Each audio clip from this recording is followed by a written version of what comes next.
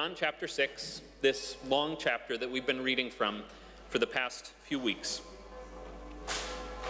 Jesus is not passing around bread and wine in our reading today, but there is really no question that the Eucharist is looming there in the background.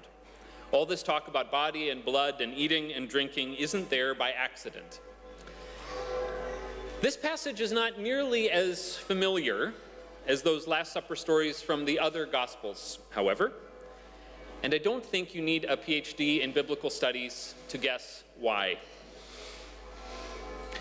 Pastor and teacher Martin Copenhaver tells the story of an ordinary Sunday when he was presiding at communion in his church. The altar was set with clean linens, and everything was neatly arranged as usual, all in good order. He was leading the prayers in the usual, ordinary way. But when he got to the words of institution, to those words of Jesus, "This is my body given for you, this is my blood shed for you," a young girl in the congregation suddenly said in a loud voice, "Ew, yuck," like she finally really listened to what we're saying in worship every Sunday. The congregation looked horrified, Copenhaver said, as if somebody had splattered blood all over the altar, which in effect is something like what the little girl had done with her exclamation. If you didn't say, "Ooh, yuck," to yourself during our gospel reading this morning, you might not have been listening very carefully. Because what else can you say to Jesus' words, "Unless you eat the flesh of the Son of Man and drink his blood, you have no life in you"? I imagine many of us kind of have a way of distancing ourselves a little bit from the literal imagery of communion most of the time. We've heard these familiar words, "This is my body given for you," so many times that we don't always think all that carefully about what we're saying. I mean, it's one thing for Jesus to compare himself to bread. It's a generally inoffensive food. We can even sort of romanticize that image with lovely pictures of fresh-baked loaves. I think we might kind of leave it at that and skip past the details of about what is just going to happen to that bread, most of the time though.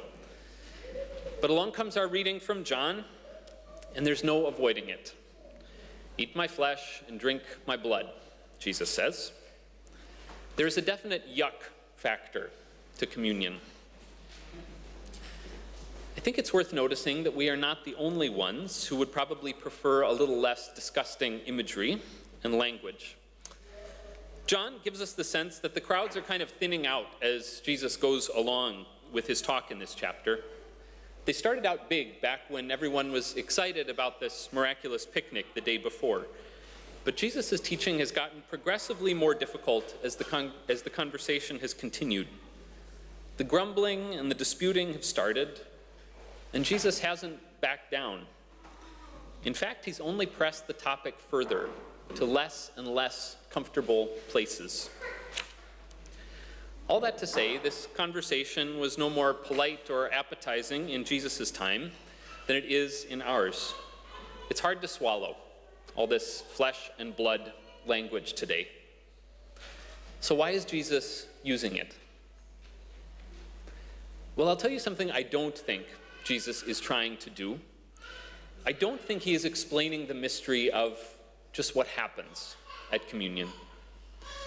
As you might imagine, this passage has a long history of being used to support one side or another when it comes to arguments about how communion works. It's been right there in the mix as theologians and churches have debated whether Jesus is really present in the sacrament, and if so, how he is present. Those arguments have consumed lots of time and energy for people of faith and have led to bitter and sometimes lasting disputes. But notice that Jesus doesn't go into explaining at all here. How can this man give us his flesh to eat? Some in the crowd very reasonably ask. And this would be the time for Jesus to kind of clear up the matter, right? To let us know if it's transubstantiation or real presence or mystical symbolism. Here's the chance to sort of set the record straight, right? But Jesus doesn't explain. He only reiterates his central difficult point.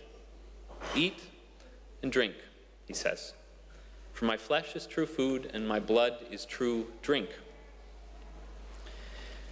So Jesus isn't using this graphic and difficult language to explain the finer mechanics of how communion works. Instead, maybe he is speaking this way in order to get our attention and be sure we don't miss this point.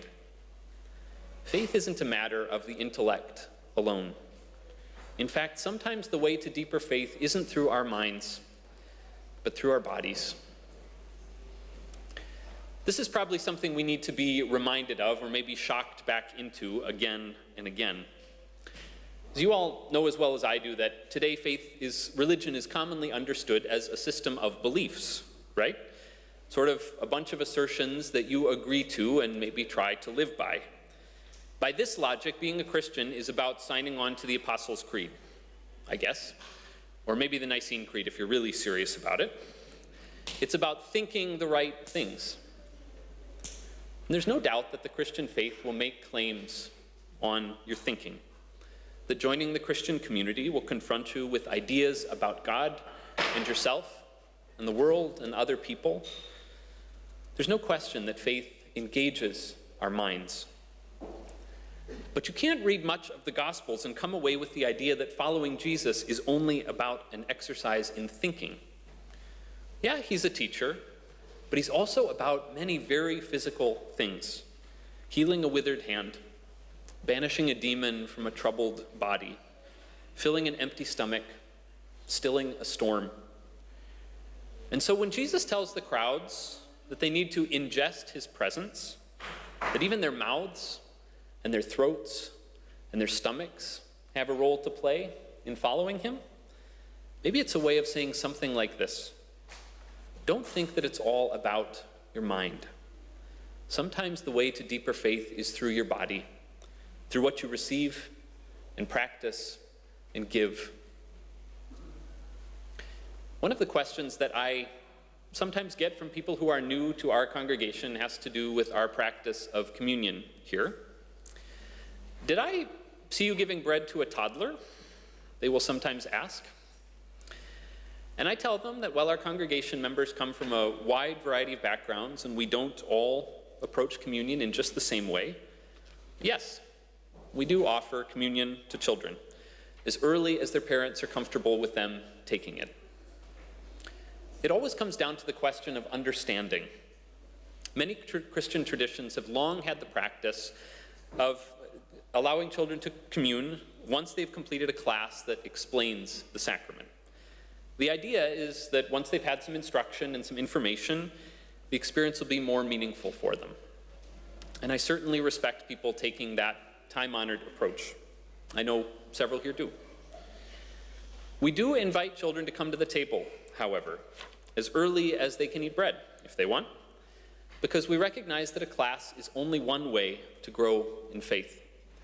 Another way is simply to practice, to do something over and over until your body helps your mind understand what you're doing. This can happen when children come to communion regularly. I see it here every week.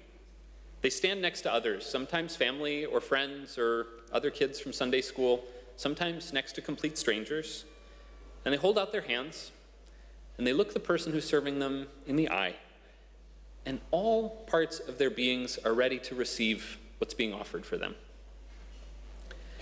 I imagine if you ask most of them about Lutheran sacramental theology, they probably don't have too much to say. But through coming to the table week after week, alongside the community, they are learning that worship is not something you sit back and watch happen. They're learning that they are fed here, that God's table is open and gracious, and there's always enough to go around.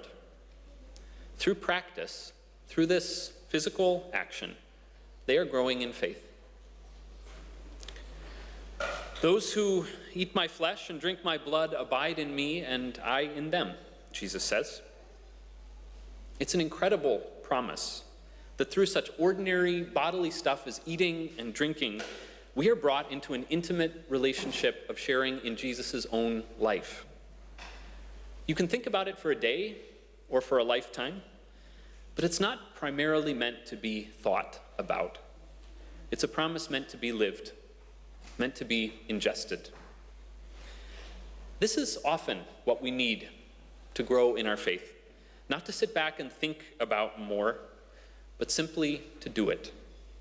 To wash one another's feet, even and especially if it seems like something a little bit icky and out of your comfort zone. To serve at the soup kitchen, even when you're not sure you feel like it. To welcome a stranger in your neighborhood, in your building, in your congregation, even when it makes you a little nervous. To stand up for the poor and the oppressed, even when you are not sure of the consequences. To come to the table, even when you're not entirely sure what it means. That's finally where I hear Jesus' earthy and difficult words taking us this morning. Welcoming us into the bodily practice of our faith, where the rhythms and the gifts and the promises get under our skin and simply become part of who we are. Yes, think about it. But thinking is no substitute for practicing. So come to the table today. Receive the word of grace. Take and eat. And let the bread of life nourish you, body and soul. Amen.